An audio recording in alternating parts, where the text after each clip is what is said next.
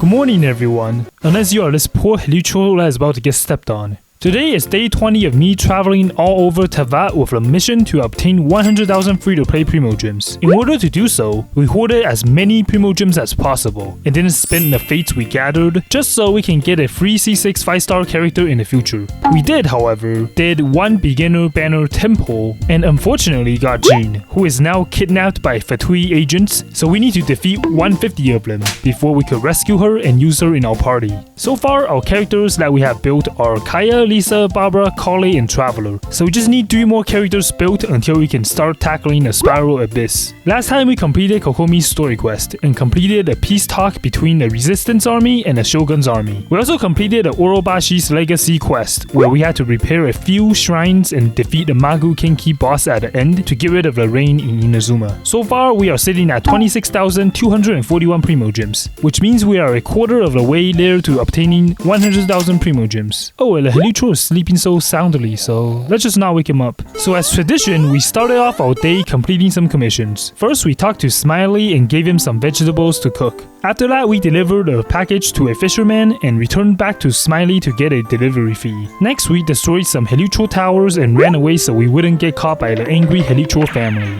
We also went to beat up some treasure hoarders and gave them a nice bath with Barbara. Lastly, there was a time challenge for us to defeat 5 enemies within the time limit.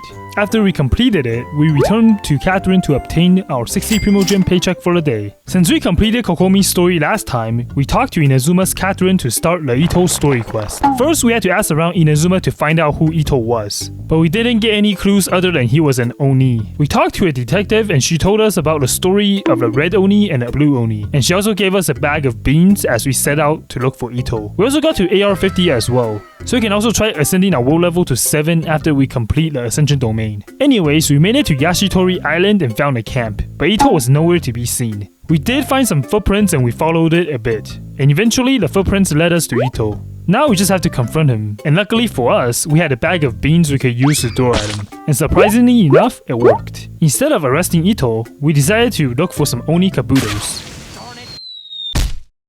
We caught a few so we could have our own little beetle competition, and after our little fun, we went out to pursue the blue Oni and engaged in combat against the samurai enemies. The blue Oni we were pursuing escaped, and we had to fend off the Tenyo commission soldiers who were there to arrest Ito. But luckily for us, the Arataki gang joined us and helped us escape the soldiers, so we could continue looking for the blue Oni afterwards. We stumbled upon the domain and went inside looking for the blue Oni, but we had to defeat a bunch of samurai enemies before we could continue.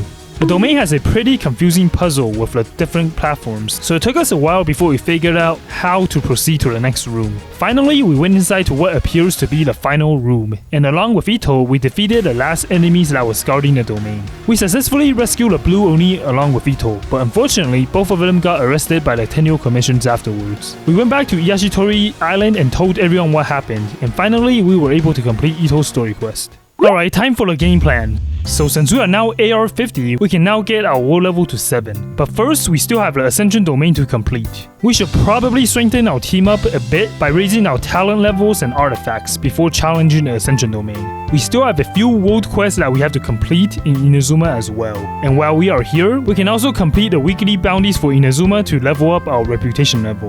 There are also new events that have been unlocked over the past week, so we can start completing them in co-op to get some limited time Primogems.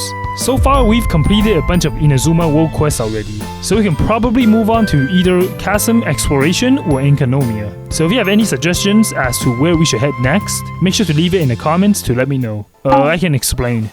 Moving on, we started a Sakura Arborism world quest in Inazuma by talking to Miyuki. We went to investigate the treasure hoarder camp and engaged in a combat against them. We quickly beat them up and went back to Miyuki, who told us to remove the juvenile antics from 5 Thunder Sakura trees. At first, I wasn't sure what to do, so I was mostly getting targeted by the Electro Storm.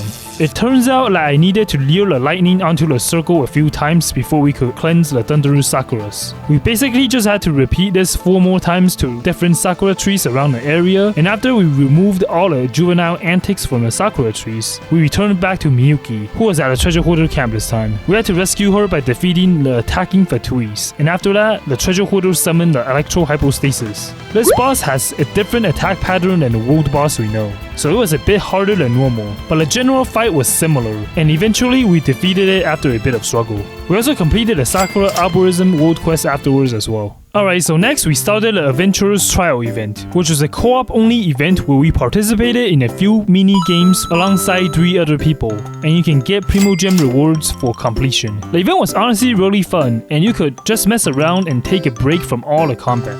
So as usual, I recruited some people to co-op with me during my Twitch stream, and they guided me through the event. We only had 2 trials open that time because the rest of the trials were still time-gated until next week. In the first minigame, we were given Yanfei and Klee, and the goal was to push the electro slimes into the different goals. With Overload, we could easily pop the slimes up in midair and towards the goal. For the second challenge, we got to use Razor, and we basically just spam attacks to break the blocks. It was pretty straightforward, so it was pretty easy. For the last challenge in the first trial, we got to use Kazuha, so we just jumped up and down and destroyed the Abyss Mage's shield. So it was pretty crazy. For the second trial, we got to use Yelan as a trial character, and we basically just collect the coins while dodging a giant pinball.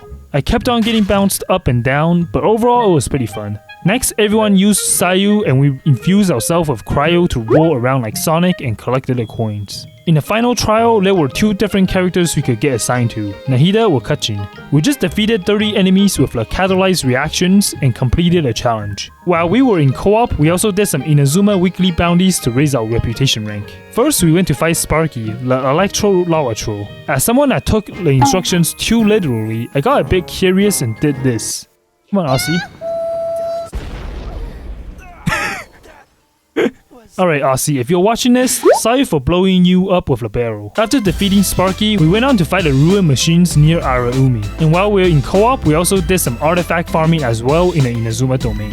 But unfortunately, we didn't get anything good this time. But yeah, as always, if you ever want to help me while I'm doing my weeklies, make sure to follow my Twitch stream and catch me while I'm streaming. I know it's been a while, but since we are going to raise more characters now, we can finally do some ley lines and defeat some enemies to get some EXP books, as well as seeing how far we've come along in this journey.